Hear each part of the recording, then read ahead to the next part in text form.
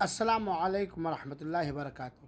صحیح مسلم شریف اور صحیح بخاری شریف کی ایک روایت حضرت ابو ہریرہ رضی اللہ تعالیٰ عنہ نے بیان کیا ہے کہ اللہ کے رسول اکرم صلی اللہ علیہ وسلم نے فرمایا کہ اللہ تعالیٰ نے فرمایا ہے، اعددت لعبادی الصالحین، ہم نے اپنے صالح نیک بندوں کے لیے ایسی نعمت تیار کر لی ہے، ما لا عین رأت، جسے کسی آنکھ نے دیکھا نہیں، ولا اذن سمعت، جسے کسی کان نے سنا نہیں، ولا خطر علی قلب بشر، اور کسی انسان کے دل و دماغ میں اس کا تصور بھی نہیں پیدا ہو سکتا۔